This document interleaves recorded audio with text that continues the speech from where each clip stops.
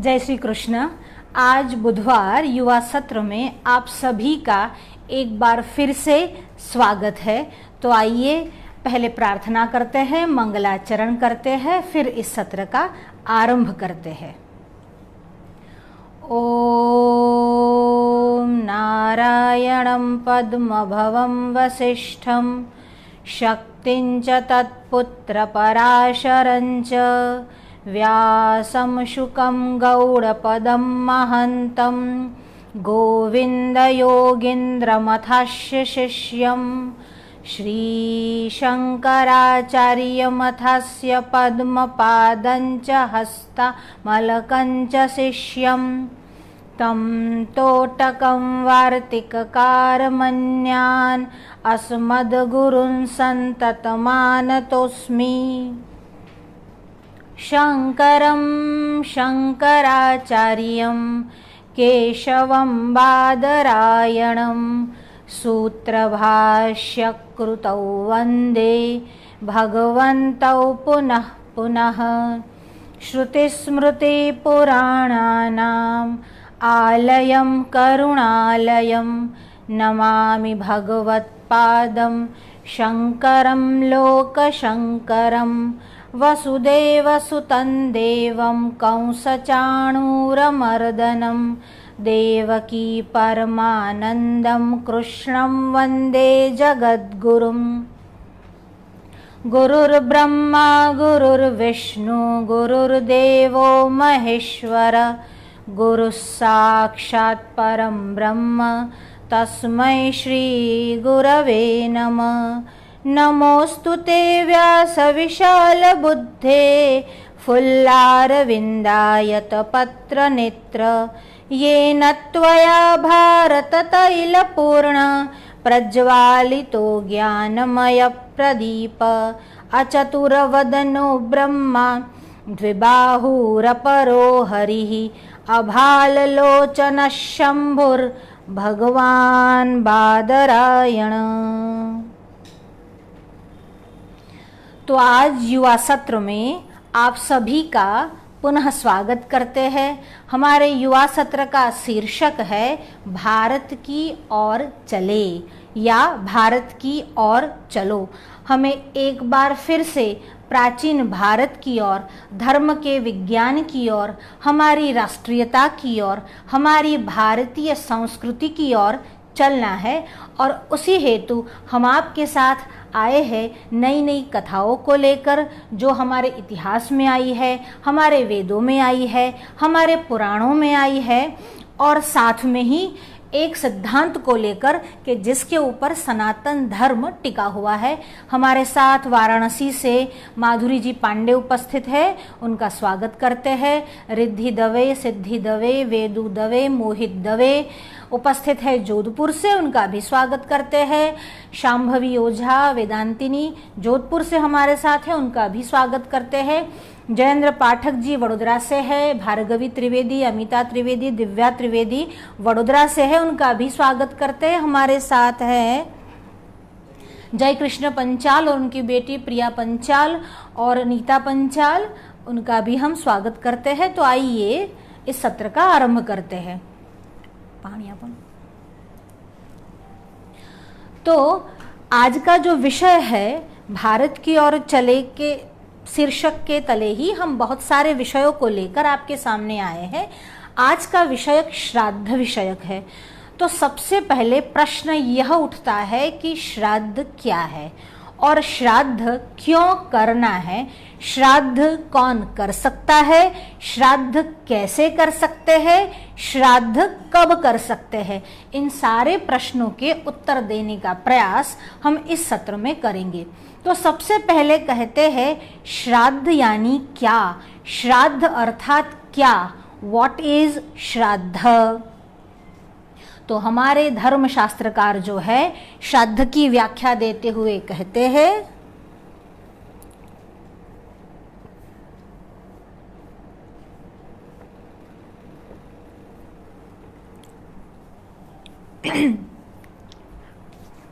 श्रद्धया पितॄन् उद्दिश्य, श्रद्धया सबसे पहला जो शब्द उन्होंने उपयोग में लाया वो है श्रद्धया, यानी श्रद्धा से।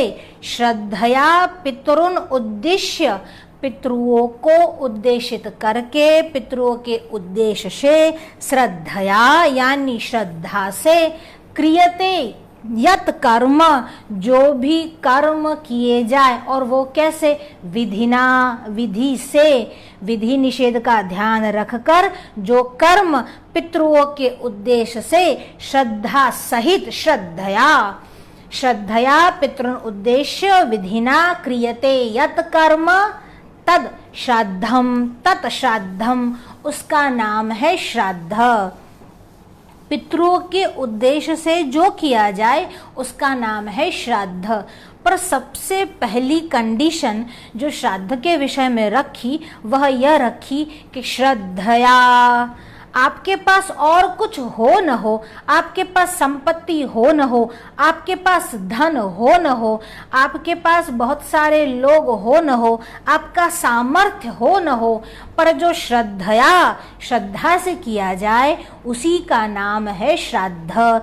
तो सबसे पहली जो कंडीशन रखी वह है श्रद्धया। फिर कहा गया पितृन उद्देश्य, अगर श्रद्धा से की गई हर वस्तु श्राद्ध है तो कहा नहीं नहीं, पर्टिकुलर विषय कहा गया उसमें कि श्रद्धा से करी, ठीक है बात, पर उसमें विशेष रूप से पितृन उद्देश्य, देवताओं के उद्देश्य नहीं, मनुष्य के उद्देश्य से नहीं, पितृन उद्देश्य, पितृओं के उद्देश्य से, क्रियते यत कर्मम विधिना। अब दूसरी शर्त रखी, पहली शर्त रखी श्रद्धया यानी श्रद्धा से, अब दूसरी शर्त रखी है विधिना, विधि पूर्वक, अपने मनमाने ढंग से करना, वह श्राद्ध नहीं है। आजकल लोगों में श्राद्ध के प्रति जो मान्यता, जो विचारधारा, जो मानसिकता बनी हुई है वह इस प्रकार बनी हुई है कि उस तिथि को, उस दिन को आप सबको एकत्रित होना है, कुछ मीठा खाना घर में बनाना है और बस सबको मिलकर खाना है। भोजन श्राद्ध का एक अंग अवश्य है, पर भोजन ही श्राद्ध नहीं। सबसे पहले कहा गया श्रद्धया, यानी जो श्रद्धा से करने वाला कर्म है वह, और दूसरा कहा गया विधिना, यानी जो विधि पूर्वक किया जाए यत कर्मम, वही कर्म। विधि बहुत ही आवश्यक है और उसमें दो प्रकार की विधि है, एक है पिंडदान और एक है ब्राह्मणों को भोजन का दान करना, और दोनों ही रीति हमारे यहाँ मान्य है। तो कहा श्रद्धा से, विधि पूर्वक, पूर्वजों के उद्देश्य से, पितृओं के उद्देश्य से जो विधि की जाए, और उसी का नाम है श्राद्ध। अब श्राद्ध कब होता है, श्राद्ध कितने प्रकार के होते हैं, उसका भी विचार धर्मशास्त्र में किया गया। कई लोगों के मन में ये बात आती है कि मैं बहुत पैसे वाला नहीं हूँ, मैं दरिद्र हूँ, मेरे पास अधिक धन नहीं है, तो क्या उस अवस्था में भी श्राद्ध आवश्यक है? तो धर्मशास्त्रकार कहते हैं श्राद्ध तो आवश्यक ही है। अगर श्राद्ध नहीं किया गया तो आपके पितृओं को गति नहीं मिलती है, आपके पितृ जो है वह पितृलोक में कष्ट भोगते हैं और आपके पितृओं को अन्न नहीं मिलता है। देखिए, यहाँ से पितृलोक के मार्ग पर तो यह देह भी नहीं जाता। अगर देह ही नहीं जाता तो अन्न कैसे जाएगा? अब जब अन्न नहीं जाता तो उसकी कोई व्यवस्था की है क्या? अगर आपका जो रुपया है, आपका जो पैसा है, जो इंडियन करेंसी है, भारतीय नाणु जैसे इंडियन करेंसी विदेश में नहीं चलती, तो क्या उसके लिए कोई व्यवस्था की गई है? तो हाँ, की गई है। इस नाणा को, इस पैसे को, इस करेंसी को आप जब विदेश में ले जाओ तो विदेश में बैंकों में जाओ, जहाँ पर ये ट्रांसफ़र आप कर सकते हो, वहाँ पर ये मनी, ये करेंसी को देकर विदेशी मनी या विदेशी करेंसी ले सकते हो।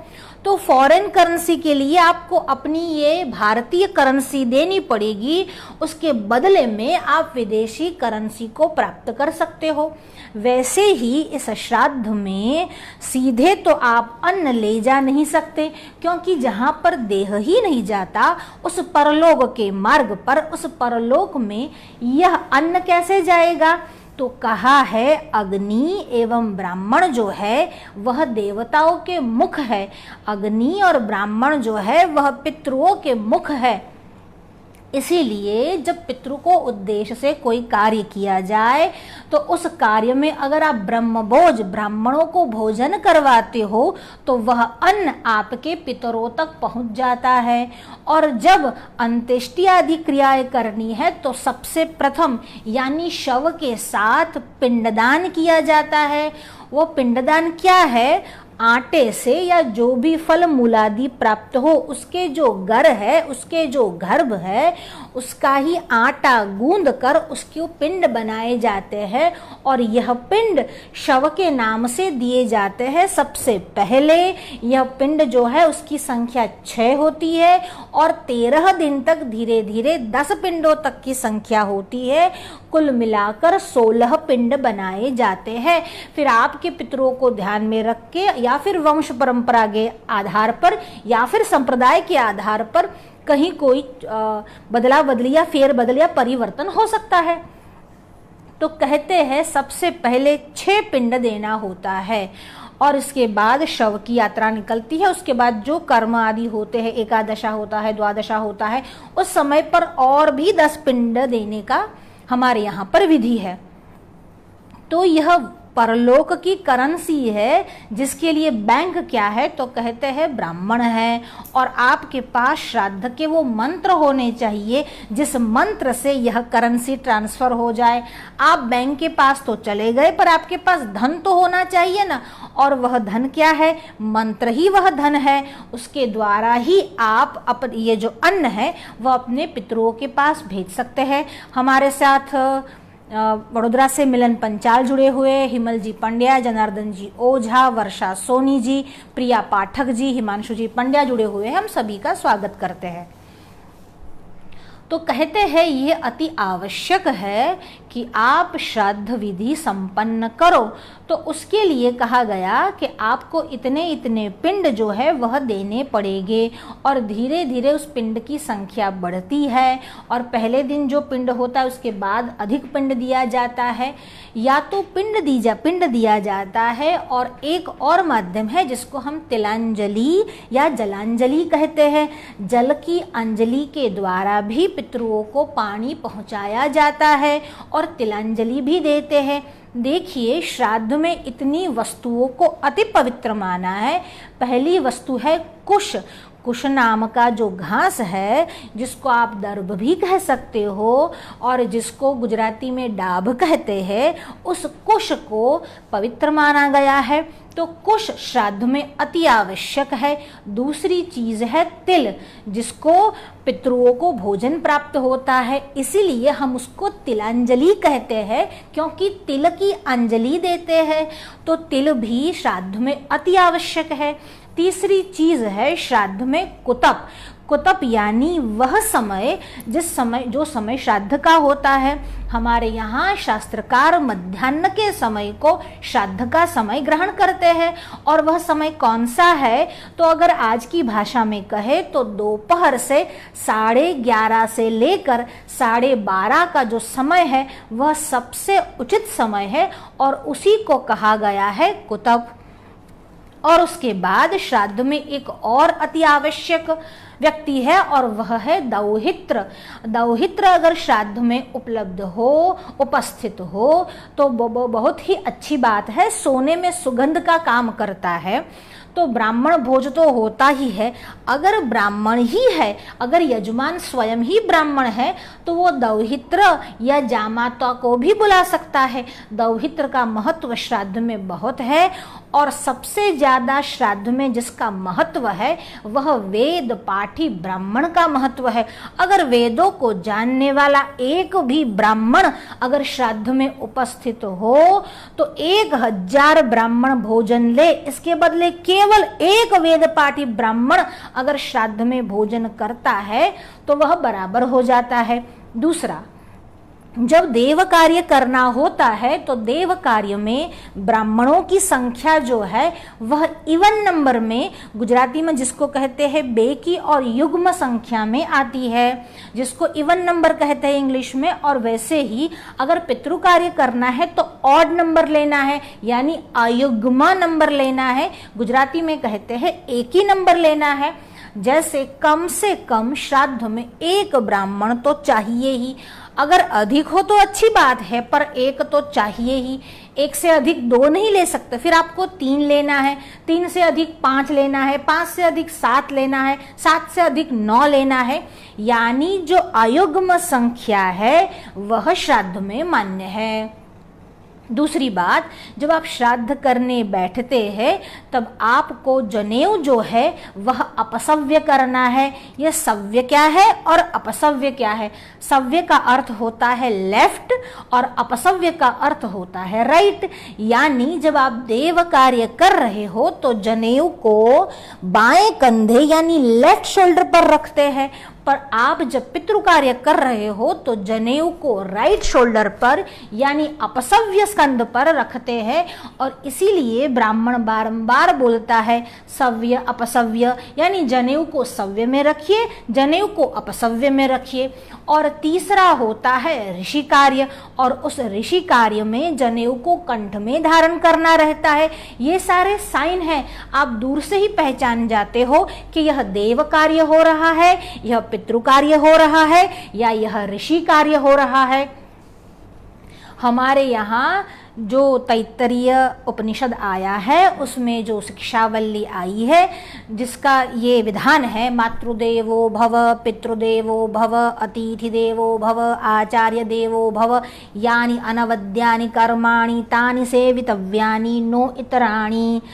और उसी में एक यह विधान भी आया है कि जो पितृओं के कार्य है उसमें प्रमाद नहीं करना है। देव पितृ कार्य न प्रमदितव्यम, यानी देवता और पितृओं के कार्य में कभी भी प्रमाद आलस नहीं करना है। You should not be lazy और लेथार्जिक इन द पितृ कार्य। और ये कहा गया कि ये जो देव और पितृ कार्य है उसमें भी अधिक महत्वपूर्ण कार्य क्या है, तो हमारे शास्त्रकार तो यहाँ तक कहते हैं कि देव कार्य से भी अधिक पितृ कार्य है। हमारे यहाँ हम सभी पर जब हमारा जन्म होता है हम 3 ऋणों के साथ प्रकट होते हैं, जन्म लेते हैं। तो कहते हैं ये 3 ऋण कौन से हैं, तो सबसे पहला है देव ऋण, फिर है ऋषि ऋण और फिर है पितृ ऋण। अब इस ऋण यानी डेट यानी कर्जे, आपको यह कर्जा चुकाना है। और वह कर्जा आप कैसे चुकाओगे, तो कहते हैं आप जितने भी देव कार्य करते हो, हवन करते हो, यज्ञ करते हो, पाठ पूजा अभिषेक वंदना आदि करते हो, यह सभी देव कार्य है। फिर कहते हैं ऋषि कार्य, जो वेदों का अध्ययन करते हैं, शास्त्रों का अध्ययन करते हैं, वही ऋषि कार्य है। ऋषियों ने हमारे लिए, हमारे समाज के लिए, मानव जाति के लिए, राष्ट्र के लिए, देश के लिए, पर्यावरण के लिए, समग्र जीव सृष्टि के लिए, समग्र ब्रह्मांड के लिए जो जो कार्य बताए गए हैं वह सब शास्त्र में वेदों में आए हैं। उसी का अध्ययन करना, उसी को जानना, वो भी अधिकार के सहित। अगर स्त्री शूद्र है तो वेद नहीं पढ़ना है, उनको पुराण पढ़ने हैं, उनको इतिहास पढ़ने हैं, वह धर्मशास्त्र भी पढ़ सकते हैं। तो अधिकार को लेकर वेदाध्ययन, पुराण अध्ययन, इतिहास अध्ययन और धर्मशास्त्र का जो अध्ययन किया जाए उसी को कहते हैं ऋषि ऋण को चुकता करना। फिर हमारे पास है पितृ ऋण, और ये पितृ ऋण क्या है, जब हम जन्म लेकर आते हैं कभी कभी ऐसा होता है कि हमारे पितरों की गति नहीं हुई होती है, तो इस पितरों की गति के कारण उनको अन्न जल की तुष्टि कराने के लिए जो हम श्राद्धादि कर्म संपन्न करते हैं उसी को कहते हैं पितृ ऋण चुकता करना। कई लोग श्राद्ध के विषय में बड़ा ही अनाप शनाप प्रलाप करते हैं, वह श्राद्ध को नहीं मानते और कहते हैं श्राद्ध करने से क्या लाभ, इससे अच्छा है कि माता पिता की सेवा करो। तो श्राद्ध करने को जिसने कहा है उसने माता पिता की सेवा करने को मना थोड़ी किया है। माता पिता की सेवा जीवित रहते हुए तो करनी ही है। कई लोग ऐसे मूर्ख हैं जो जीवित माता पिता की सेवा नहीं करते पर श्राद्ध में ही जुटे रहते हैं। कई लोग ऐसे रहते हैं जो श्राद्ध को नकारते हैं और केवल जीवित माता पिता यानी जो प्रत्यक्ष कर्म है उसी में विश्वास करते हैं। दोनों की बात गलत है। न केवल जीवित माता पिता की सेवा करनी है पर उनके मृत होने के बाद, उनके मरने के उपरांत श्राद्ध भी करना है। यह दोनों आवश्यक है। जिसमें केवल इह लोक का, इस लोक का विचार किया गया है वह तो नीति भी हो सकती है, कोई संप्रदाय भी हो सकता है, कोई मजहब भी हो सकता है, पर जिसमें इहलोक और परलोक दोनों का विचार किया गया है उसी का नाम धर्म है। हमारे साथ पाटन से राज दवे जी जुड़ चुके हैं, उनका स्वागत है। किशोर जी शास्त्री, उनका भी स्वागत है। नैना दवे, लता पांडे जी वाराणसी से, पूर्वी शाह वडोदरा से, उनका भी स्वागत है। महेंद्र जी शाह, कौशल्या राजपुरोहित और मैत्रेय शाह भी जुड़ चुके हैं, उन सभी का स्वागत है। तो कहते हैं जीवित माता पिता की सेवा तो अनिवार्य है ही, पर उनके मरण के उपरांत उनका श्राद्ध भी अति आवश्यक है। श्राद्ध के अभाव में दो मुसीबतें आने की संभावना, दो कष्ट आने की संभावना रहती है। एक तो आपके पितरों को सुष्ठु गति नहीं मिलती और दूसरी आपको भी सुख और समृद्धि की प्राप्ति नहीं होती। जो श्राद्ध नहीं करता उसके घर में कभी कभी आप देखो सब कुछ नॉर्मल होते हुए भी कई गृहस्थी ऐसे हैं जिनके यहाँ संतान नहीं होती। उसका कारण है पितरों की अतृप्ति। कई बार आप देखते हो आप बहुत परिश्रम करते हो पर आपको उस परिश्रम का फल नहीं मिलता, आपको धन संपत्ति या वैभव नहीं मिलता, तो उसका कारण भी है पितरों की अतृप्ति। तो श्राद्ध करना इसलिए भी आवश्यक है। जिसको संतान चाहिए, जिसको संपत्ति चाहिए, सन्मति चाहिए, संतति चाहिए, जिसको वैभव चाहिए, सुख चाहिए और शांति चाहिए, उसको श्राद्ध अवश्य करना है। जो लोग, जो बच्चे और जो संतान पितरों का श्राद्ध नहीं करते और जिसके पितर तृप्त नहीं होते, वह आकर उस संतान का ही खून चूसते हैं। कभी कभी आप देखते हो कि कई लोग हमसे आकर मिलते हैं और ये कंप्लेन करते हैं कि हम जब घर में जाते हैं तो हमको शांति नहीं मिलती। कभी कभी लोग यह भी कहते हैं हमको कुछ आभास होते हैं, कभी कभी किसी को स्वप्न आते हैं और स्वप्न में कभी कभी पितर जो है वह आपके सामने आकर रोते हैं। तो ये सभी का कारण है कि पितरों की गति नहीं हुई है, पितरों की तृप्ति नहीं हुई है। इसीलिए पितर जो है यानी अपने जो फोर फादर से, अपने माता पिता, दादा दादी, जो भी अपने पूर्वज है, उनकी गति न होने के कारण, उनको तृप्ति न होने के कारण स्वप्न में आते हैं, आपके सामने रोते हैं, बिलखते हैं, आपका चित्त अशांत होता है। कभी कभी आपको अवभास होते हैं, घर में भी कभी कभी आपको भूत या प्रेत का वास हो ऐसा नजर आता है। देखिए, अगर आपके पूर्वज है तो क्या आपको परेशान करेंगे? तो कहते हैं क्यों नहीं करेंगे, क्योंकि आपके पूर्वज आपसे ही तो आशा रखेंगे। जैसे बालक को कोई वस्तु चाहिए तो वो पड़ोसी को जाकर थोड़ी बताता है, वह अपनी माता को बताता है, वह अपने पिता को बताता है। वैसे ही आपके पूर्वज आपके पास आएंगे और अपनी अतृप्ति की बात तो वो आपको ही बताएंगे। इसीलिए हमारे यहाँ शास्त्रों में गया श्राद्ध का भी विधान कहा गया है। अगर श्राद्ध से भी पितरों की तृप्ति नहीं होती है तो उसके लिए भागवत कथा का अनुसंधान करना लिखा गया है। यानी अगर श्राद्ध से पितरों की तृप्ति नहीं हुई, अभी भी आपको लगता है कि उनकी मुक्ति नहीं हुई, उनको गति नहीं मिली, तो आपको परम श्रद्धा के साथ भगवान श्री कृष्ण का स्मरण करते हुए भागवत जी की कथा का अनुसंधान करना चाहिए। किसी अच्छे विप्र ब्राह्मण से उसका संकल्प करवाना चाहिए। कई लोग यह दलील भी करते हैं कि यह ब्राह्मण लोगों ने अपना पेट भरने के लिए श्राद्ध आदि विधियां डाल दी है, पर ऐसा नहीं है। श्राद्ध के मंत्र है और जो वेदों के मंत्र है वो किसी की रचना नहीं है। वेदों के मंत्र स्वतः प्रकट हुए हैं। ऋषि और मुनि जब वह ध्यान में बैठे तब वेदों की ऋचाएं, वेदों के मंत्र उनके ध्यान में स्वतः प्रकट हुई है, वह किसी की रचना नहीं है। ब्रह्म स्तंभ पर्यंत, ब्रह्मा जी से लेकर छोटे कीड़े तक कोई भी वेदों का कर्ता नहीं है, वेदों के दृष्टा है और उसी दृष्टा को ऋषि कहते हैं। ऋषयो मंत्र दृष्टारः, ऋषि जो है वह मंत्र के दृष्टा है। तो हम श्राद्ध की बात कर रहे थे कि श्राद्ध क्यों आवश्यक है। अब श्राद्ध कितने प्रकार के होते हैं, श्राद्ध में क्या क्या वस्तु ले सकते हैं। हमारे यहाँ जो इतिहास आए हैं उसमें सिद्धांत की पुष्टि हुई है। तो आपको हम पहले एक इतिहास बताते हैं कि श्राद्ध आवश्यक है कि नहीं है। रामो विग्रहवान धर्मः, राम स्वयं धर्म के विग्रह है, साक्षात धर्म ही राम जी है। तो कहते हैं राम जी ने जो कहा है, जो किया है, वह अनुसरणीय है, अनुकरणीय है। श्री कृष्ण के कहने का ही अनुसरण करना है। श्री कृष्ण जो करे, किसी की औकात नहीं है कि वो काम कर सकता है। पर राम जी का जीवन कैसा है, राम जी मर्यादा पुरुषोत्तम है। उनका जो जीवन है वह न केवल अनुसरणीय है, अनुकरणीय भी है। घटना उस समय की है जब भरत राम जी को वापस लाने के लिए चित्रकूट में राम जी से मिलने के लिए जाते हैं। भरत अकेले नहीं जाते। देखिए, आज हम भरत जी का चरित्र आपको नहीं बताने वाले, आज हम श्राद्ध की महिमा आपको बताते हैं।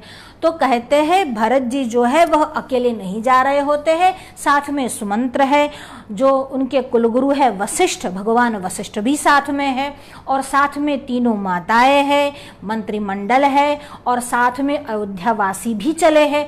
इन सब को लेकर भरत जी चित्रकूट धाम में श्री राम जी से मिलने के लिए जाते हैं, राम जी के दर्शन हेतु जाते हैं और राम जी को वापस लाने जाते हैं।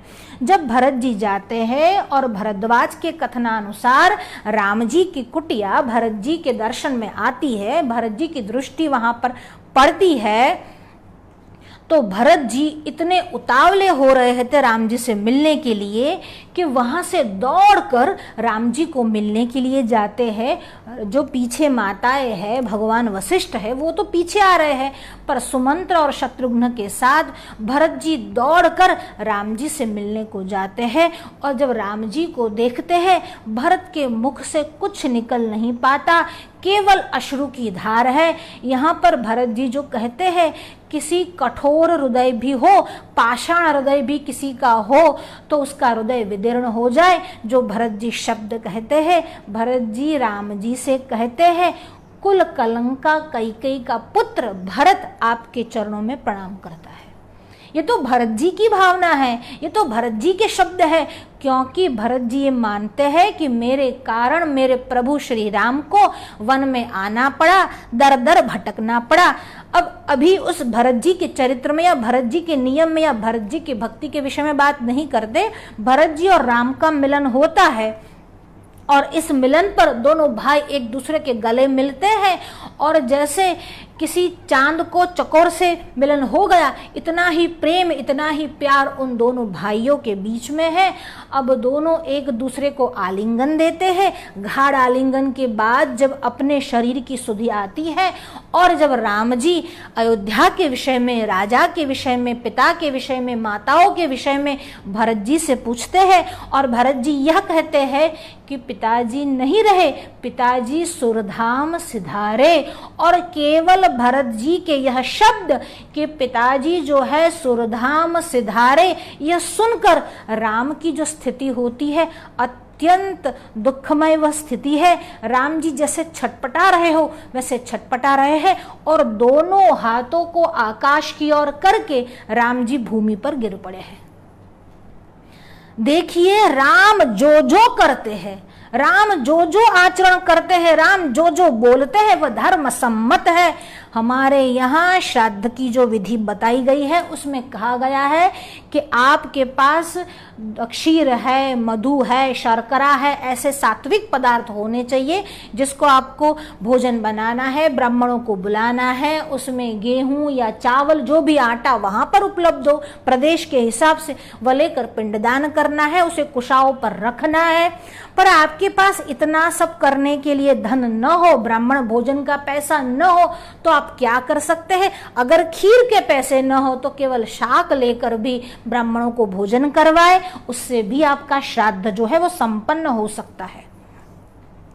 अब कहा कि अगर यह भी न हो तो पद्म पुराण में कथा ये, अगर आपके पास खीर के पैसे नहीं है, अगर आपके पास साग के पैसे नहीं है और कुतब वेला व्यतीत हो रही है, कुतब यानी जो श्राद्ध का समय है वह यानी मध्याह्न का समय, तो कहा आपके पास वो पैसा नहीं और कुतब वेला व्यतीत हो रही हो तो उसके लिए पद्म पुराण विधान करता है, कुछ नहीं हो तो घास काटकर पितरों के नाम से गायों को खिलाया जाए।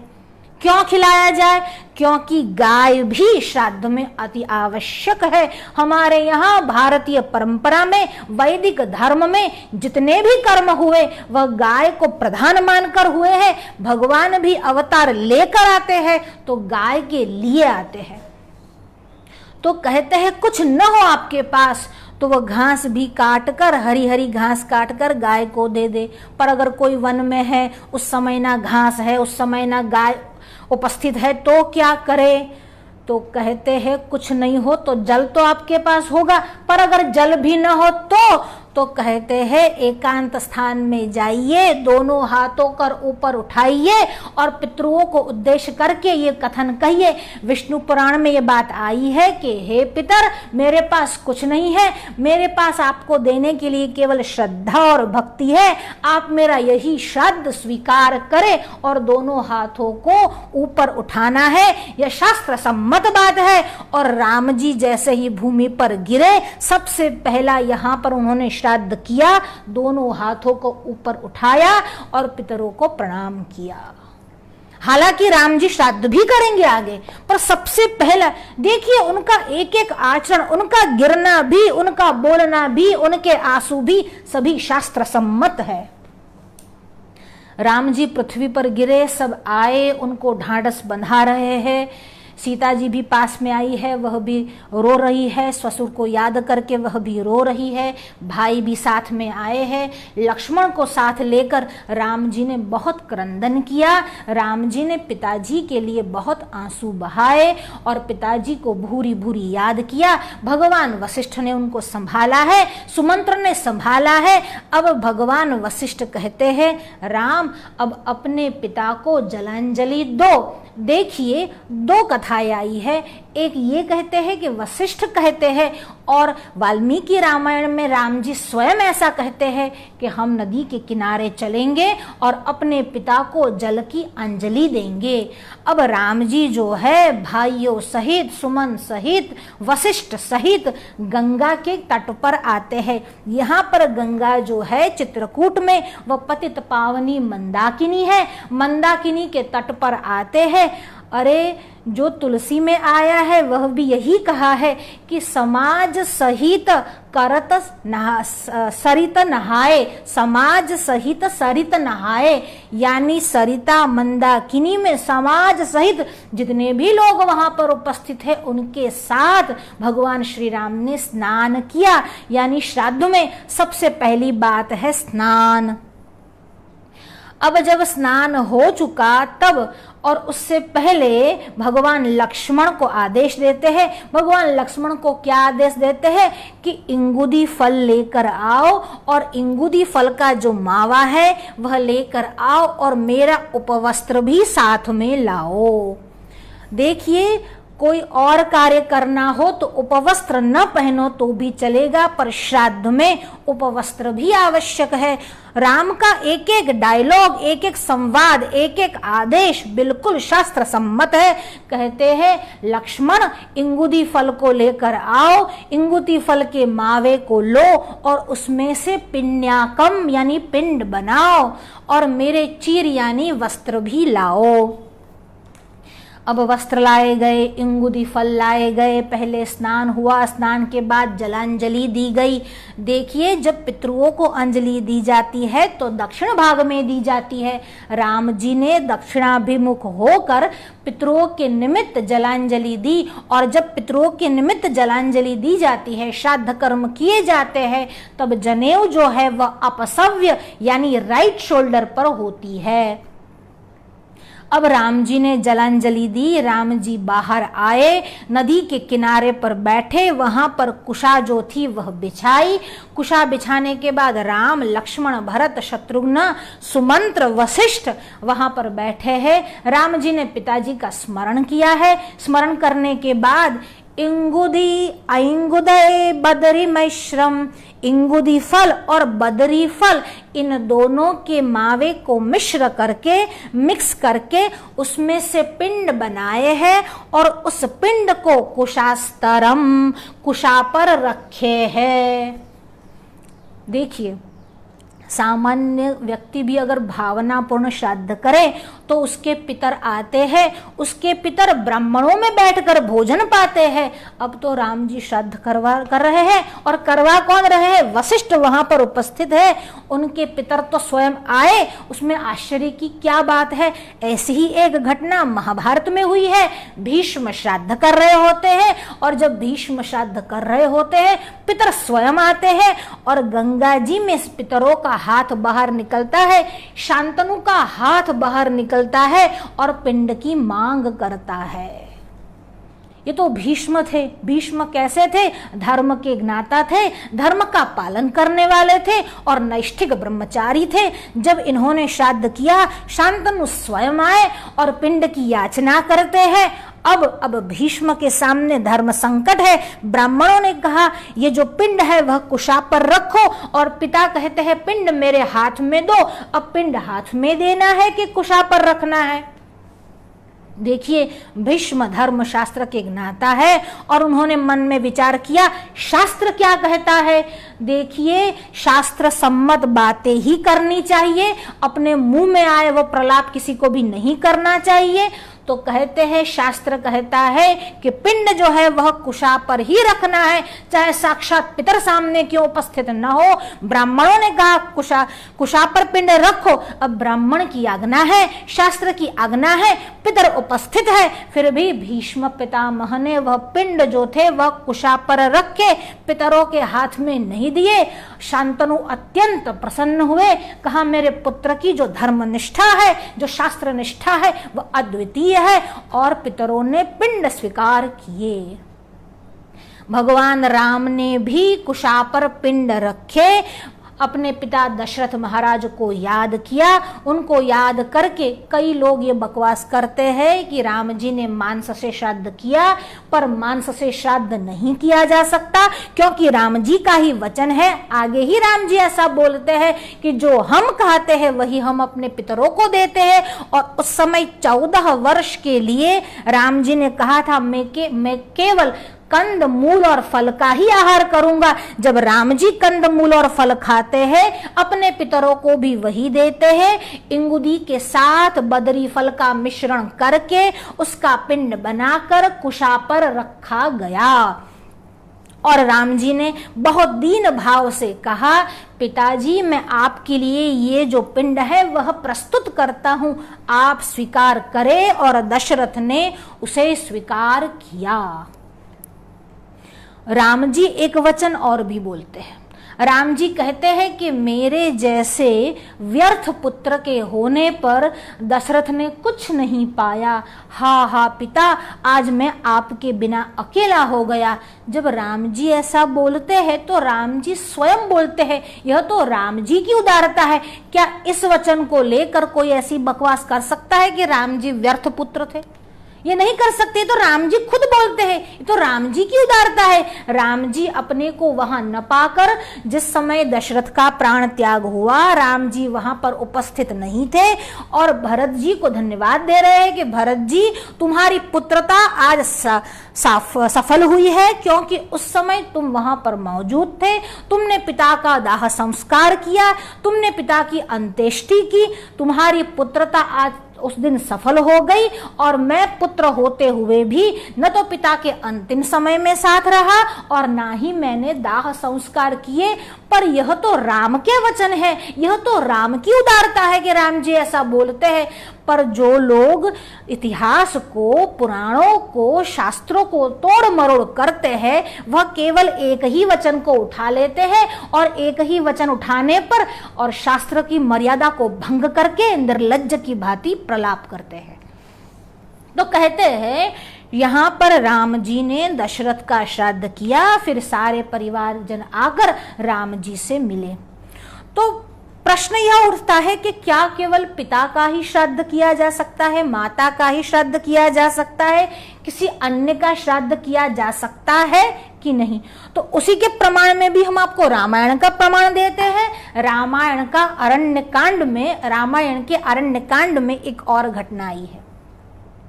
रावण ने छल से सीता जी का अपहरण किया और जब रावण छल से सीता जी को अपहरण करके ले जा रहा था, उस समय रावण का सामना सबसे पहले जिसने किया और जिसने सीता जी की रक्षा के लिए अपने प्राण तक की चिंता नहीं की, वह था जटायु, वृद्ध गृध जटायु। यह पक्षीराज था और जटायु ने क्या किया? रावण के साथ युद्ध किया।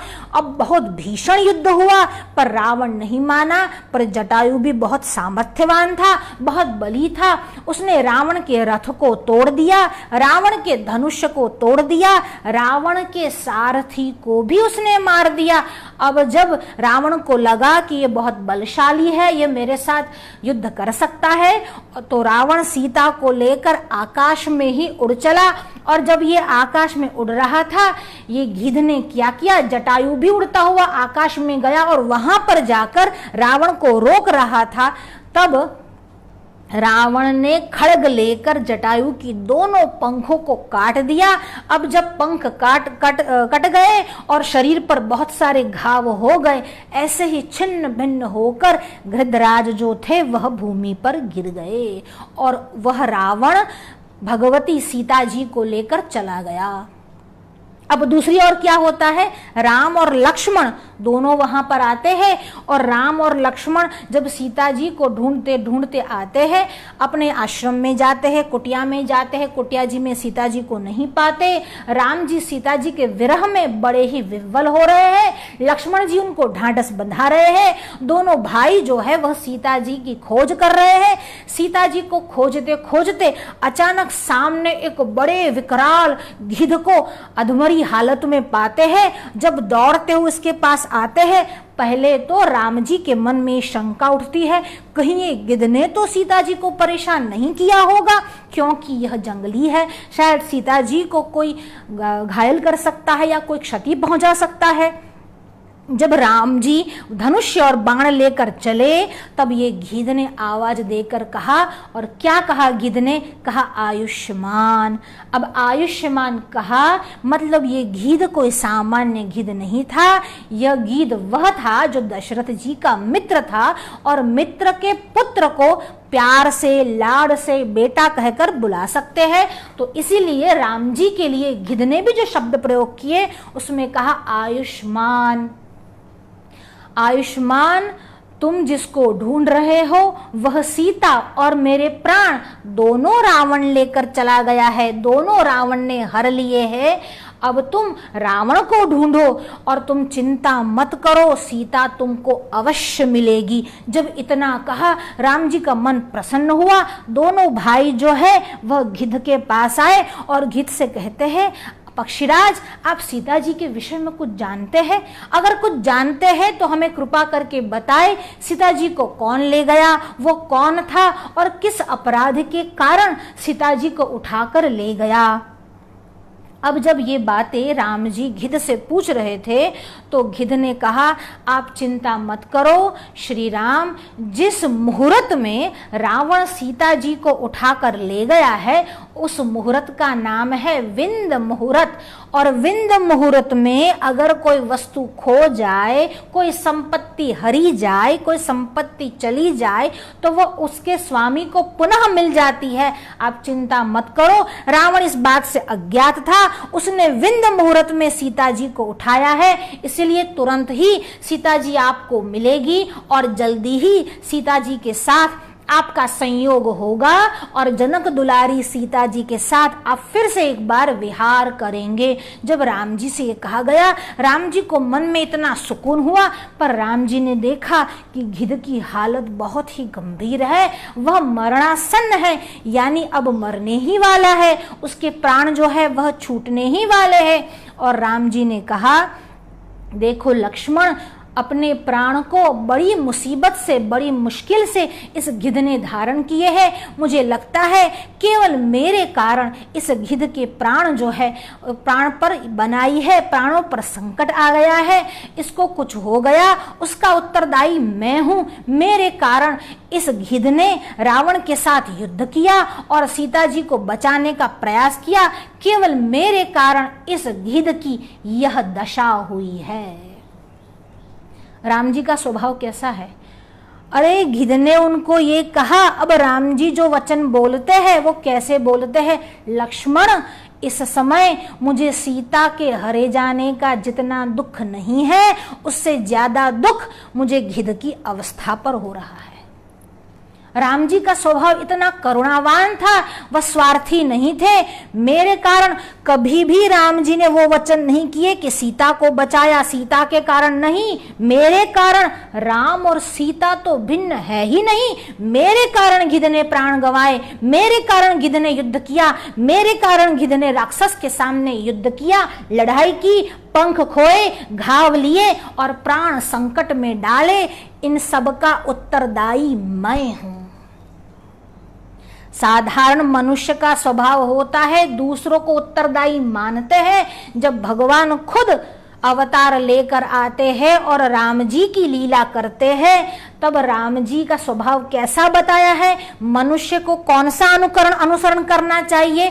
तो कहते हैं अगर जो कुछ हुआ है उसका उत्तरदायी वह स्वयं है, या तो उसका दुर्भाग्य है, किसी और को वह उत्तरदायी नहीं मानता। राम जी ने घृत के प्रति इतना प्रेम दिखाया। हमारे यहाँ एक प्राकृत भाषा के कवि कहते हैं, दीन मलिन दयालु विहंग पर्यो। दीन मलिन, एक दीन मलिन, क्योंकि मलिन हो चुका था, वह गिर गया था, सारे शरीर पर मिट्टी लग चुकी थी। दीन मलिन दयालु विहंग पर्यो मही सोचत खिन्न दुखारी। दीन मलिन दयालु विहंग पर्यो मही सोचत खिन्न दुखारी। राघव दीन दयालु कृपालु को देख दुखी करुणा भरी भारी। राघव दीन दयालु कृपालु को देख दुखी करुणा भई भारी। अब जब राघव ने उसको देखा, जब राम जी ने उसको देखा, तो राम जी को क्या हुआ?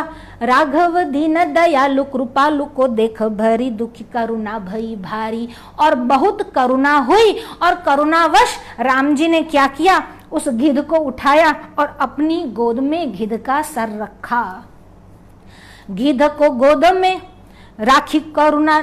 अब उस गिद्ध को अपने गोद में रखकर राम जी क्या कहते हैं? तो गिद्ध को गोद में राखी करुणा निधि, नैन सरोजन में भरवारी। और उनकी सरोज यानी कमल नयन आंख में वारी यानी आंसू आ गए। उस गिद्ध के प्रति राम जी को ऐसी करुणा हुई, अपने गोद में उसको बिठाया और प्रेम से उसके शरीर पर भगवान जो है वह अपना हाथ जो है वह घुमा रहे हैं।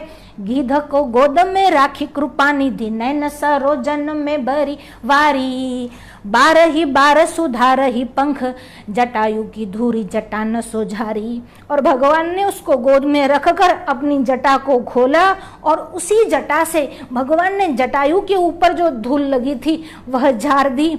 यहाँ पर तुलसीदास जी जो वचन लिखते हैं बहुत ही सुंदर है और गिद्ध के मुख से वो वचन बुलवाते हैं। गिद्ध कहते हैं, अगर अंत काल में आपका नाम भी आ जाए तो मनुष्य की सदगति होती है। मेरा सौभाग्य कैसा है, मेरा अंत काल है और मेरे प्राण रघुवर की गोद में छूटने जा रहे हैं। मुझसे बड़ा सौभाग्य किसका होगा और मेरे प्राण मैंने किसके लिए गंवाए हैं।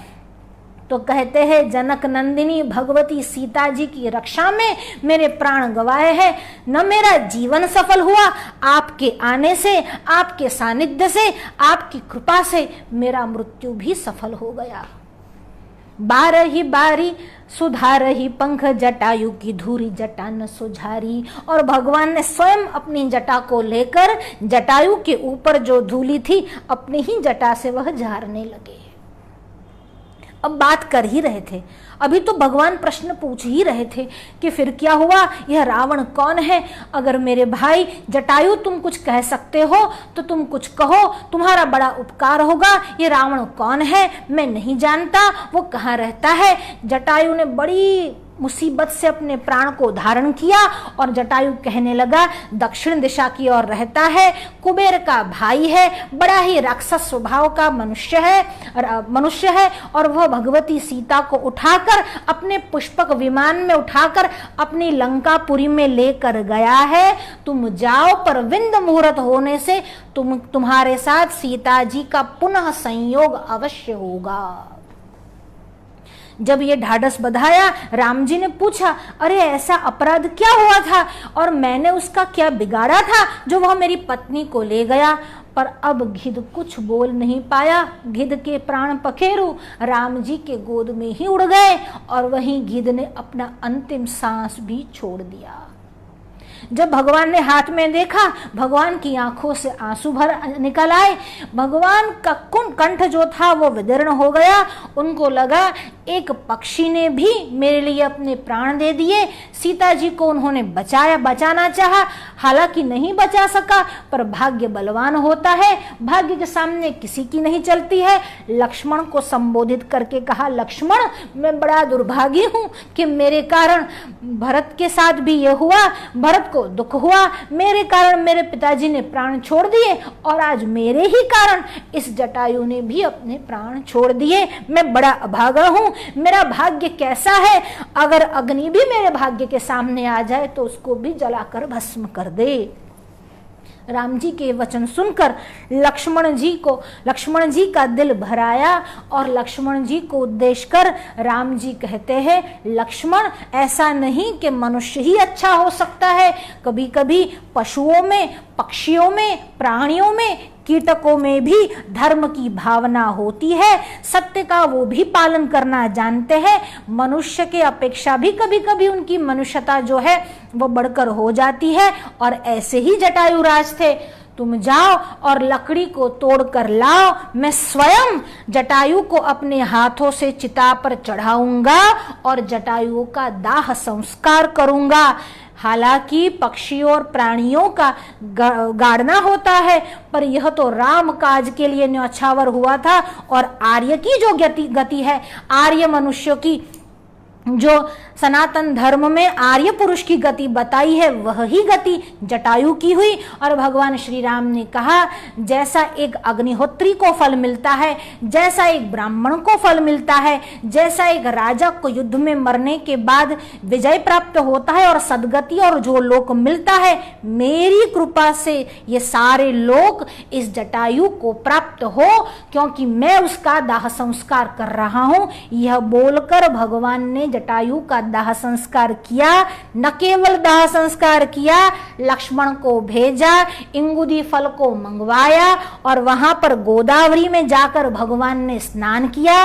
गोदावरी में उसको जलांजलि दी। बाहर आकर कुशा पर इंगुदी फल से बना हुआ जो पिंड था, पिण्याक जो था, वह रखा और उस समय जो मंत्र का जाप करते हैं श्राद्ध के समय, उस मंत्रों का जाप करके उस जटायु को, उस वीरवर जटायु को भगवान ने श्रद्धांजलि दी क्या तो उसका भाग्य है कि भगवान की गोद में मरा, दाह संस्कार भगवान ने किया और श्रद्धा से भगवान ने ही उसकी अंत्येष्टि कर्म किया। ये जटायु का भाग्य है। जो राम के लिए मरता है वो मरता नहीं, वो तो मरकर भी अमर हो जाता है। तो यहाँ पर जटायु का भी श्राद्ध भगवान ने किया। अब जो रामायण पढ़ते हैं या नहीं पढ़ते, ऐसे ही बकवास करते हैं, वो श्राद्ध को नहीं मानते, वो नहीं जानते कि राम जी ने स्वयं श्राद्ध किया था।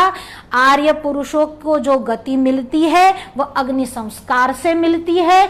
अगर आपके पास धन उपलब्ध न हो तो धन के अभाव में भी श्राद्ध करना नहीं चूकना है। जो आपके पास अवेलेबल हो, जो आपके पास उपलब्ध हो, उसी सात्विक पदार्थ से आपको दान करना है। श्राद्ध 3 प्रकार के होते हैं। एक होता है नित्य श्राद्ध, एक होता है नैमित्तिक श्राद्ध और एक होता है काम्य श्राद्ध। ये 3 प्रकार के श्राद्ध का मत्स्य पुराण में वर्णन आया है।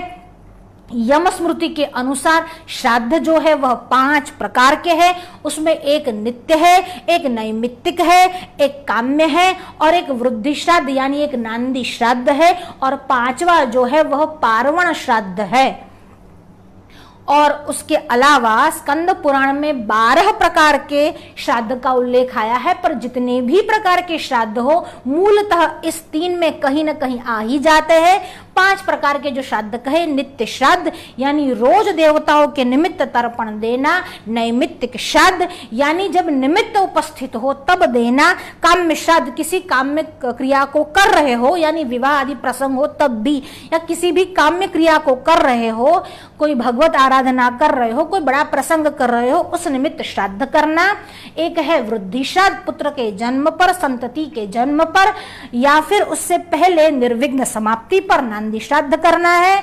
उसके बाद होता है पार्वण श्राद्ध।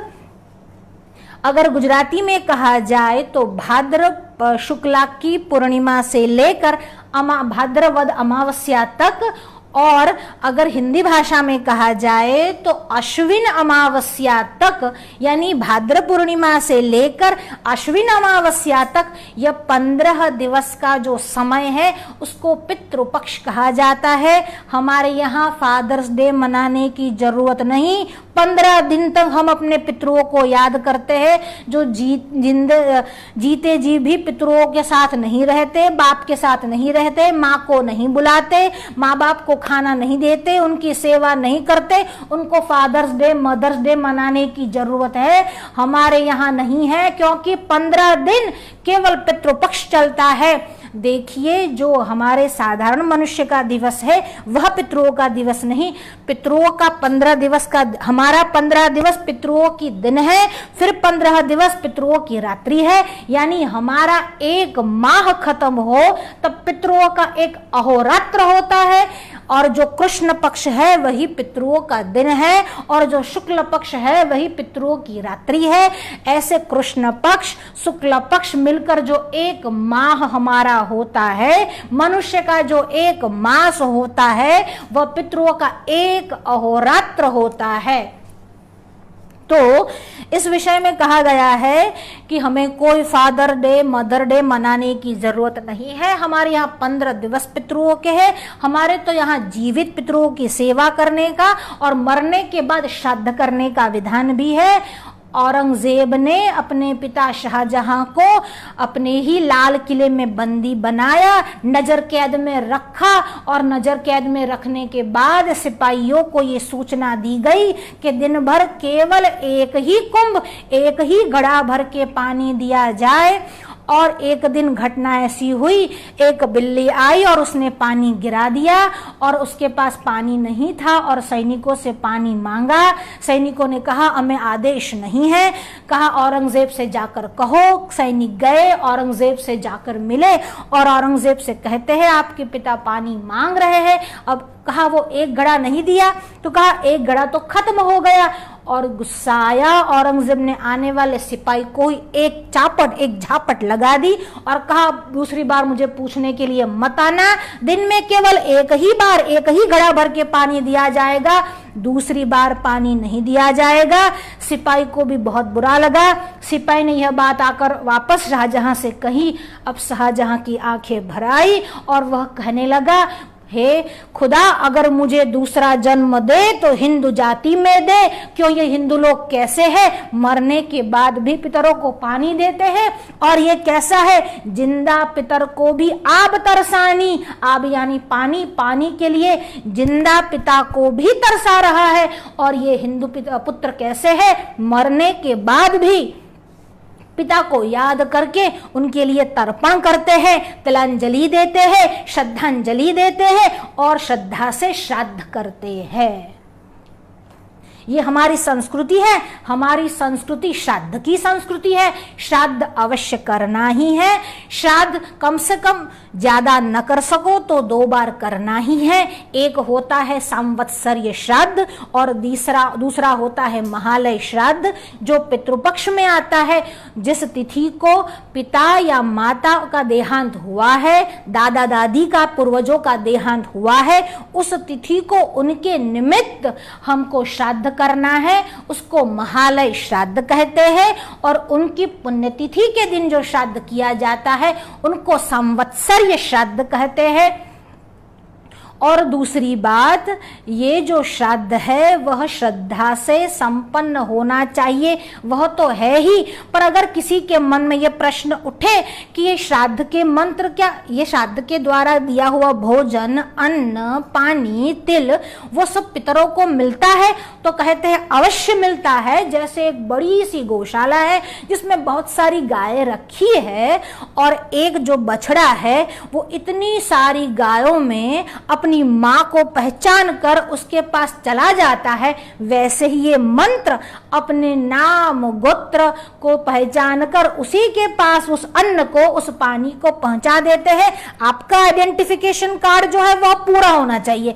आपको अपना नाम, पिता का नाम, अपना वेद, अपना प्रवर, अपनी जो शाखा है वह, शिखा सूत्र रहित है तो वह, और सूत्र वाला है, शिखा सूत्र वाला है तो वह, और अपना गोत्र याद होना चाहिए। तो अगर याद है तो मंत्र भी बछड़े की तरह उस गाय को ढूंढ लेता है, वैसे ही ये मंत्र उस व्यक्ति को ढूंढ लेते हैं जिसके निमित्त ये श्राद्ध किया गया हो। उस श्राद्ध करने वाले को भी शांति मिलती है और श्राद्ध जिसके नाम से किया गया हो उसकी भी तृप्ति होती है। न केवल बेटा, पोता, दोहिता, दामाद, भतीजा, भाई, कोई भी श्राद्ध कर सकता है। पिता के श्राद्ध के लिए ज्येष्ठ पुत्र अधिकारी होता है, पर अगर ज्येष्ठ पुत्र की अनुमति हो तो उसकी अनुमति लेकर छोटा भाई भी उसके पीछे जो कर्म है वो कर सकता है। और अगर पुत्र का अभाव हो तो पत्नी भी यह कर्म कर सकती है, पुत्र का अभाव हो तो कन्या भी यह कर्म कर सकती है। केवल जो फर्क रहता है वह इतना रहता है, अगर स्त्री और शूद्र श्राद्ध कराते हैं तो वेद मंत्र नहीं बोले, पुराणों के मंत्र से कराए। और अगर मंत्र भी न आते हो तो कोई चिंता नहीं, केवल भगवत नाम स्मरण करके नमो भगवते वासुदेवाय बोलकर पितरों के निमित्त ये जलांजलि, तिलांजलि श्रद्धा से दे।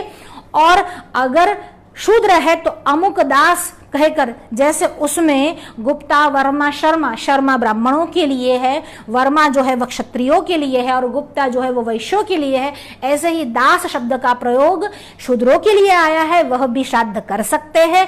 और अगर ये 4 भी नहीं है, पुत्री है या पत्नी है, बहन है जो श्राद्ध करना चाहती है, तो अमुक देवी ऐसे नाम उच्चारण करके, केवल भगवत नाम स्मरण करके, नमो भगवते वासुदेवाय करके, और अगर वह भी न आता हो तो मौन रहकर भी श्राद्ध करना चाहिए, पर श्राद्ध में चूक नहीं होनी चाहिए। यह श्राद्ध का विधि है और श्रद्धा से करना है। हमारे साथ विजय व्यास जी उपस्थित है, एडवोकेट सुदीप जी तिवारी है, भास्कर पटेल है, रेयन चक्रवर्ती जी बांग्लादेश से है, बिपिन दवे जी है, गोपाल त्रिवेदी वडोदरा से है, चिरायु राव हमारे साथ है, दिव्यांग शाह हमारे साथ है। सभी का धन्यवाद करते हैं हमारे साथ। पवन भावसार छींच से है उनका भी हम स्वागत करते हैं। और भी जो हमारे मित्र है या कोई प्रश्न हो तो आप पूछ सकते हैं। रिद्धि दवे, जोधपुर। आजकल श्राद्ध का विस्तार होता है, क्या यह सही है? देखिए, अगर आपके पास धन है तो बर्थडे पार्टी मनाते हैं कि नहीं मनाते हैं? बर्थडे पार्टी मनाते हैं। अगर कोई पास हो गया तो उसकी पार्टी मनाते हैं।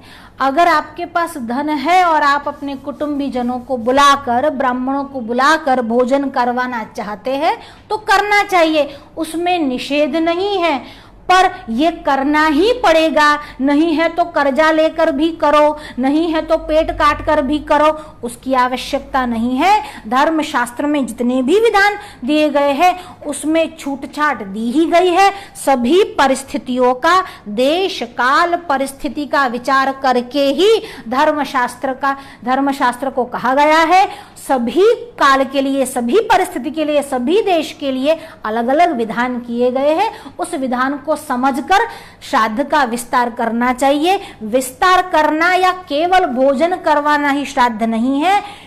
पितर निमित्त ब्राह्मणों को भोजन करवाना और पिंडदान आदि, तर्पण आदि, जलांजलि देना वह विधि है। पहले ही हमने कहा विधि ना, जो विधि पूर्वक हो, केवल सबको इकट्ठा करना, मीठा बना लेना, सबको भोजन कराना, वही श्राद्ध नहीं है। विधि ना हो, विधि पूर्वक हो और श्रद्धा से हो। हमारे साथ जावन सिंह जी ठाकुर उपस्थित है, स्वागत है। अंकित अवस्थी जी स्वागत है। हमारे साथ दृष्टि दवे जी सूरत से, उनका भी स्वागत है। एकता जी का भी स्वागत करते हैं, धन्यवाद करते हैं। संजय जी रावल भी हमारे साथ उपस्थित है, उनका भी स्वागत धन्यवाद करते हैं। हमारे साथ ओम प्रकाश जी व्यास जुड़े हुए हैं, उनका भी धन्यवाद करते हैं। राज जी दवे जी, पितृ देव है या प्रेत है, या पितृ भिन्न योनि ही है? बहुत सुंदर प्रश्न है आपका। जब हम सपिंडीकरण की विधि, जब तक हम सपिंडीकरण की विधि नहीं कर लेते तब तक उसकी संज्ञा प्रेत है।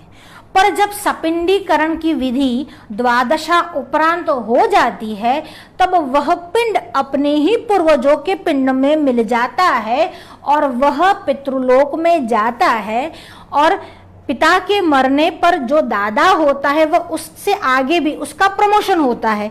एक करके वसु रूप है, आदित्य रूप है, तो इस प्रकार से उसकी एक एक करके प्रमोशन होता है। पर बात इतनी ही है, सपिंडीकरण से पूर्व उसकी संज्ञा प्रेत है, सपिंडीकरण के पश्चात वह प्रेत नहीं है। पितर एक योनि है और उस पितृलोक में वह पितर जाते हैं, न तो वह देव। हम पितृ को देव तुल्य समझते हैं, पर पितर देव योनि नहीं है, वह भी स्वतंत्र एक योनि है, उनका भी लोक है और सपिंडीकरण के पश्चात उनकी प्रेत में से मुक्ति हो जाती है। कोई और प्रश्न हो तो बताइए। हमारे साथ सुरेंद्र जी दवे जालोर से है, धन्यवाद करते हैं। भगवती त्रिवेदी जी पालनपुर से है, उनका भी धन्यवाद करते हैं। नेत्र शाह है, उनका भी धन्यवाद है। दीप्ति पांड्या है, उनका भी धन्यवाद करते हैं। राज जी दवे, यदि श्रद्धया क्रियते यत् श्राद्ध है तो जो श्रद्धा नहीं रखते उन्हें श्राद्ध करना चाहिए कि नहीं? और लोग लज्जा या समाज के कारण करते हैं तो क्या वह पितृ को मिलता है? श्राद्ध करना चाहिए तो कहते हैं करना ही चाहिए। हाँ, श्रद्धा से करना चाहिए, अति आवश्यक है। पर जब प्रश्न करना चाहिए तो कहते हैं करना ही चाहिए। 5 लोगों को श्राद्ध का फल मिलता है। जो श्राद्ध करता है, जिसके निमित्त श्राद्ध होता है, जो श्राद्ध का आदेश देता है और जो श्राद्ध के सूचन का अनुमोदन करता है और जो विधि जानता है, इन 5 लोगों को श्राद्ध का फल मिलता है। इसलिए आपका प्रश्न है श्राद्ध करना चाहिए, तो मैं अनुमोदन करती हूं कि श्राद्ध करना चाहिए और मैं सूचना भी देती हूं कि श्राद्ध करना चाहिए। अब दूसरा प्रश्न है कि श्रद्धा के बिना करे तो कहिए, अगर अग्नि के विषय में आप नहीं जानते और अग्नि में हाथ डाल देते हैं तो अग्नि आपको जलाती है कि नहीं जलाती? जलाती ही है। पर श्राद्ध के लिए श्रद्धा अति आवश्यक है। तो श्राद्ध का जो स्थूल फल होता है वह तो लोक लज्जा के द्वारा करने पर भी मिल जाता है, कम से कम इस लोक में तो उसकी अवहेलना अनादर नहीं होता। अब धीरे धीरे कई बार ऐसा होता है कि अनिच्छा से भी किसी काम में अगर प्रवृत्त हो जाए और धीरे धीरे उस कार्य को आगे बढ़ाए, और अगर पितरों की, देवताओं की कृपा और आपके पुण्य, आपके पूर्वजन्म के पुण्य का उदय हो जाए तो उसमें श्रद्धा निर्माण भी हो सकती है। एक बार तो अश्रद्धा से भी कर ले, अश्रद्धा से करे ऐसा नहीं कहती, अश्रद्धा हो तो भी कर ले, लोक लज्जा के लिए भी कर ले, पर श्राद्ध से चूक न करे, श्राद्ध करे। धीरे धीरे अगर पितरों की कृपा हुई तो वह श्रद्धा भी आ जाएगी, और जब श्रद्धा आ जाएगी पितरों को वो प्राप्त होगा, उनकी तृप्ति होगी।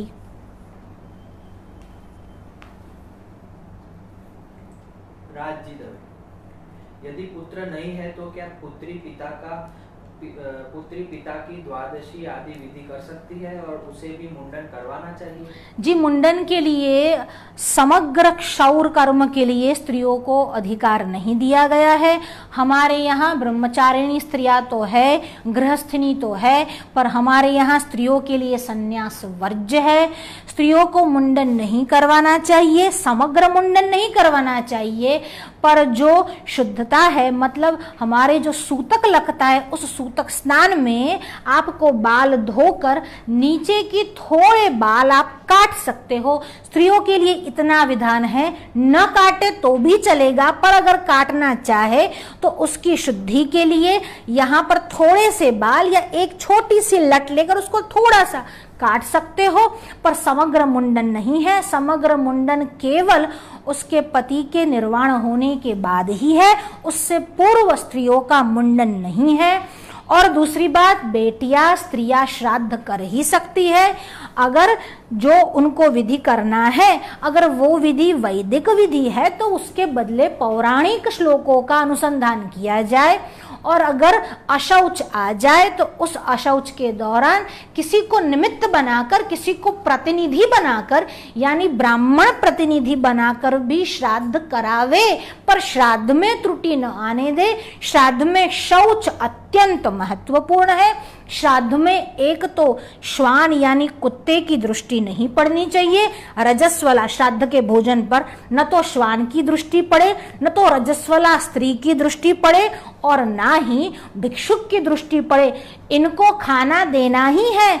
जो 5 बलि है उसमें श्वान बलि है, काक बलि है, देव बलि है, पक्षियों के लिए बलि है, गौ के लिए ग्रास है, पर उसकी दृष्टि, श्वान की दृष्टि, रजस्वला स्त्री की दृष्टि और भिक्षुक की दृष्टि न पड़े। पहले उसमें ब्राह्मण भोजन ग्रहण करते हैं, उसके पहले दृष्टि निवारण करना पड़ता है। अगर भूल चूक से किसी की दृष्टि पड़ गई तो दृष्टि निवारण करके ही श्राद्ध का भोजन ग्रहण करना होता है। स्त्रियां कर सकती है, अशौच अवस्था में प्रतिनिधि को लेकर करवाए, मुंडन आवश्यक नहीं है। द्वादशा की विधि स्त्री कर सकती है? द्वादशा की विधि के लिए ऐसा है कि मैंने आपसे कहा कि जिसके लिए यज्ञोपवीत की आवश्यकता है, उस विधि के लिए, उस वैदिक विधि के लिए आप ब्राह्मण प्रतिनिधि का चयन कर ले। बाकी श्राद्ध विधि, तर्पण भी, श्राद्ध भी स्त्रियां कर सकती है। लता जी पांडे, वाराणसी जी, महत्वपूर्ण और स्पष्ट व्याख्या। धन्यवाद। हमारे साथ दिनेश भाई पंड्या उपस्थित है, धन्यवाद है। हमारे साथ कुशाग्र जी ओझा, श्रवण जी ओझा, विरल शाह जी, जयंती लाल जी दवे जी और मनीषा तिवारी जी उपस्थित है। उनका स्वागत करते। कोई अन्य प्रश्न है क्या? राज जी दवे, हाँ, यदि घर में वृद्धि सूतक हो तो श्राद्ध कर सकते हैं? वृद्धि सूतक के लिए हमारे यहाँ नियम ये कहा गया है कि उसके लिए हम नांदी श्राद्ध तो करते ही है। और दूसरी बात, वृद्धि सूतक में किस किस को सूतक लगता है तो कहते हैं माता को 27 दिवस तक का सूतक लगता है। और हमारे यहाँ धर्मशास्त्र में ये विधान भी है कि पिता भी स्नान मात्र से शुद्ध होता है, और पिता और माता के अलावा अगर भाई बंधु है तो वो श्राद्ध कर सकते हैं। क्योंकि हमारे घर ही ऐसी घटना हुई थी, तब हमने अपने पिताजी से मुंह से ये बात सुनी थी कि माता को ही सूतक लगता है 27 दिवस तक का, पिता को जो सूतक लगता है वह भी स्नान सूतक है। और दूसरी बात, आजकल हम लोग यह कहते हैं कि 10 दिवस तक आप पूजा पाठ मत करो। उसका एक और भी कारण है, आज का जो युग है उसमें न तो रजस्वला सूतक रखते हैं, ना प्रसूता का सूतक रखते हैं, छुआछूत का तो कोई ध्यान ही नहीं रखता, शौच तो रखते ही नहीं। इसीलिए वह सब शौच को जब वो लोग नहीं मानते तो हम उनको ये कह देते हैं कि 10 दिवस मंदिर ही बंद रखो, क्योंकि वह तो अपनी प्रसूता पत्नी को जाकर छुएंगे भी, मानेंगे ही नहीं, बेटे बेटी को उठाएंगे ही, बालक को हाथ में लेंगे ही। तो कम से कम 10 दिवस तक देवता की तो शुद्धि बनी रहे, इसलिए हम उनको ये कह देते हैं कि 10 दिवस तक आप पूजा पाठ न करो। अन्य धर्म शास्त्रों में सूतक हो सकता है, पर जो मेरी जानकारी है वह तो पिता शुद्धि स्नान मात्र से होती है और माता को 27 दिवस तक का सूतक लगता है। ये मेरी जानकारी है, कोई अन्य उसके प्रमाण हो सकते हैं, वो मेरी जानकारी में नहीं। शास्त्री उत्तम चंद सारस्वत जी हमारे साथ उपस्थित थे, स्वागत धन्यवाद है। हमारे साथ सोनू काशीवाला जी भी थे, उनका भी स्वागत धन्यवाद है। गोविंद जी मिस्त्री है, गणेश जी भी उपस्थित है, उनका भी स्वागत है। कोई और अन्य हो तो जी, कुछ और प्रश्न है, कुछ और बात है क्या? रायन चक्रवर्ती जी जी। मनुस्मृति 583 जी, अत्रि 85, हाँ। याज्ञवल्क्य 3:22, पराशर स्मृति 3:4 इत्यादि स्मृति और विष्णु आदि पुराण में ब्राह्मण के लिए 10 दिन, क्षत्रिय के लिए 12, वैश्य 15, शूद्र 3 दिन तक अशौच पालन की विधि है। शूद्र का 30 दिन है, 30 दिन। 30 दिन, हाँ, 30 दिन। सभी के लिए 10 दिन अशौच पालन करना क्या उचित है? बिल्कुल नहीं। हम जो बात कर रहे थे वो वृद्धि सूतक की बात कर रहे थे, आप जो बात कर रहे हैं वो मृतक सूतक की बात कर रहे हैं।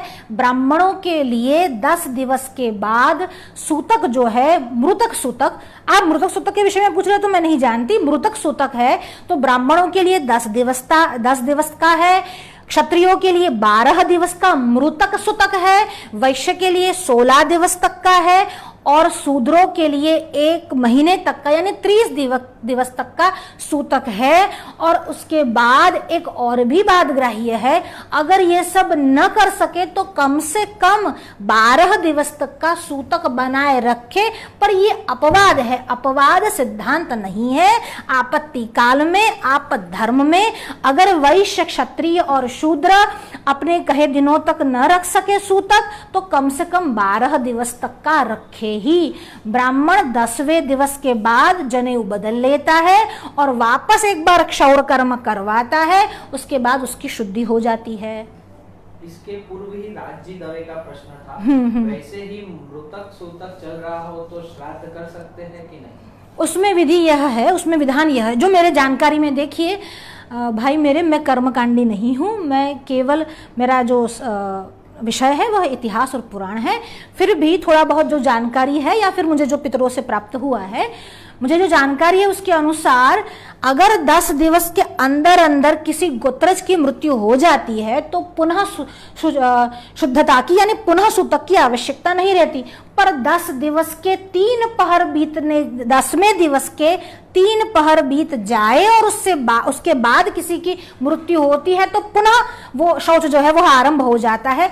पर 10 दिवस के भीतर अगर किसी अपने की, स्वजन की, गोत्र वाले की मृत्यु हो जाए तो उसी में उसको सम्मिलित करके जो पूर्व मृत्यु हुई है उसी के दिन से उनके दिन भी काउंट करने हैं। पर यह बात 10 दिवस तक है, अगर 10 दिवस के उपरांत किसी की मृत्यु होती है तो पुनः शौच का पालन करना है।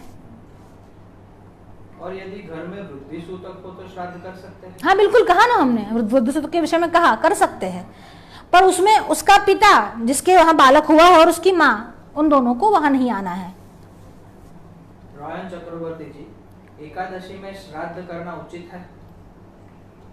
अगर श्राद्ध का वह दिवस है तो श्राद्ध कर सकते हैं। उस समय आप ओदन न देकर यानी राइस का बॉल न बनाकर केवल तिलांजलि दे सकते हैं। फ्रूट्स वगैरह जो फलाहार है उस फलाहार का भी उसमें आप प्रसादी वगैरह मतलब जो भोजन करवा सकते हैं वो करवा सकते हैं। और या तो फिर उस दिन केवल संकल्प करके तिलांजलि वगैरह देकर जलांजलि देकर दूसरे दिन उस निमित्त आप भोजन करवाओ ब्राह्मणों को, पूरा भोजन जो श्राद्ध का होता है। वैसे बिना अक्षत के, बिना चावल के खीर भी बन सकती है, जिसको हम गुजराती में रबड़िया दूध पाक बोलते हैं। आप दूध पाक बना सकते हैं, उसमें आप चावल मत डालिए। तो एकादशी के दिन बहुत बिना चावल का दूध तो आप ले ही सकते हो। और पितरों को दूध बहुत प्रिय है, उनके लिए क्षीर ही भोजन है, तो क्षीर सबसे आवश्यक है। पर फिर भी आपको, जिसको हम गुजराती में बोलते हैं कि भरिया भाणे बेसाड़वा छे जमाड़वा माटे, मतलब पूरा उसको थाल खिलाना है, तो उस दिन संकल्प करके उस निमित्त भोजन आप दूसरे दिन भी करवा सकते हैं। इस विषय में आपकी सुविधा बहुत आवश्यक है। सुविधा के हिसाब से मतलब आपकी मनमर्जी नहीं चलेगी, पर आपकी सुविधा का भी ध्यान रखा जा सकता है। रिद्धि दवे जोधपुर, श्राद्ध पक्ष में मातृनवमी आती है, माता का श्राद्ध उस दिन करना चाहिए या उनकी तिथि के दिन करना चाहिए? उसमें जो विधान है उसका नाम मातृनवमी किसी भी पुराण शास्त्र में है ही नहीं।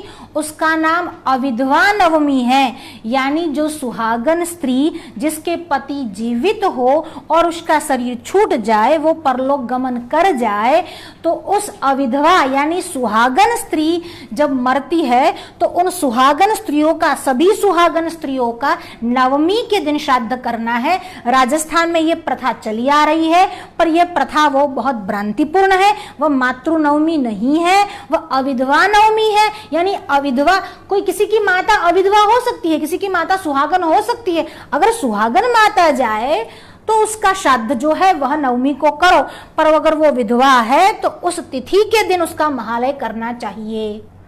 हमारे साथ राहुल सरवैया, जिष्णु सरवैया जुड़े हुए हैं, स्वागत धन्यवाद है। प्रकाश जोशी, चेतन जोशी, जनार्दन ओझा, संकेत ओझा, हिमांशु जी ओझा, सभी का धन्यवाद करते हैं। कोई और प्रश्न है? एडवोकेट सुदीप तिवारी जी, आपकी व्याख्या करने का तरीका सर्वोत्तम है। धन्यवाद, आपका हम धन्यवाद करते हैं कि आपने हमें इस लायक समझा। रॉयन चक्रवर्ती जी, पद्म पुराण की उत्तर कांड की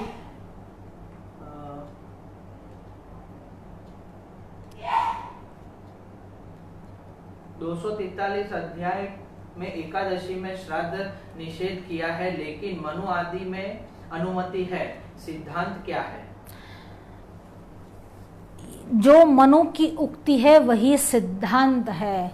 जो मनु कहता है वही सर्वोच्च है, वही सर्वमान्य है, क्योंकि सारी स्मृतियां तभी मान्य है जो मनु का अनुसरण करे। पर पद्म पुराण में जो एकादशी के विषय में निषेध किया होगा, इसका कोई कारण बताया होगा। पुराण का खंडन हमारा प्रयोजन नहीं है, पर पुराण का जो ये बात विधान जो है वो किसी अपवाद के रूप में कही होगी, उसके आगे पीछे कोई कथा रही होगी, उसके अनुसंधान में ये बात आई होगी। पर जब हमको प्रमाण की चर्चा करनी है तो सबसे अगर अधिक बलवत्तम, जिसको सबसे अधिक बलवत्तर प्रमाण बोलते हैं, वह श्रुति है। जो श्रुति के अनुसार चलती है वह स्मृति, वह दूसरा प्रमाण है। उसके बाद इतिहास है, उसके बाद पुराण है। इसीलिए बलवत्तर प्रमाण पुराण से भी ज्यादा मनु है।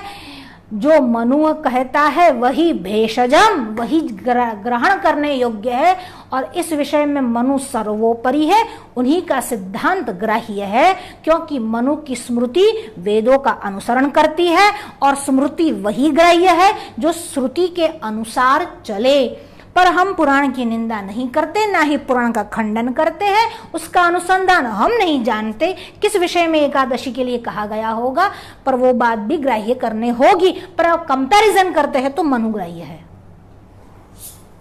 कोई और प्रश्न? जी बहुत बहुत धन्यवाद है आपका। रोहन चक्रवर्ती जी, राज दवे जी, दोनों तुला राशि वाले हम पर बहुत कृपा कर रहे हैं, हमारा उत्साह वर्धन कर रहे हैं और हमें वैसे मैं आपको बंधु कहती हूँ कि बंधु, न तो मेरा कर्मकांड विषय है, ना ही मेरा वेदों में अधिकार है, और ना ही याग्निकी या यज्ञ मैं जानती हूँ। मैंने केवल जो अपने पिताजी से सुना है, जो बहुत बड़े विद्वान थे और जो वेदों के भी ज्ञाता थे, वेदांत भी जानते थे और यज्ञ और कर्मकांड भी जानते थे, मीमांसा भी जानते थे, उनके मुख से जितना मैंने सुना है इस विषय में वह मैं जानती हूँ। और जो मेरा अध्ययन इतिहास और पुराण के विषय में जितना है उसके आधार पर कुछ कह सकती हूँ। इस विषय में आपका जो अध्ययन होगा वो मुझसे अधिक ही होगा, और मैंने अब प्रयास किया है आपके प्रश्नों का उत्तर देने का। कोई त्रुटि रह गई हो तो क्षमा करें, और हम आपसे विदा लेते हैं। जय श्री कृष्ण।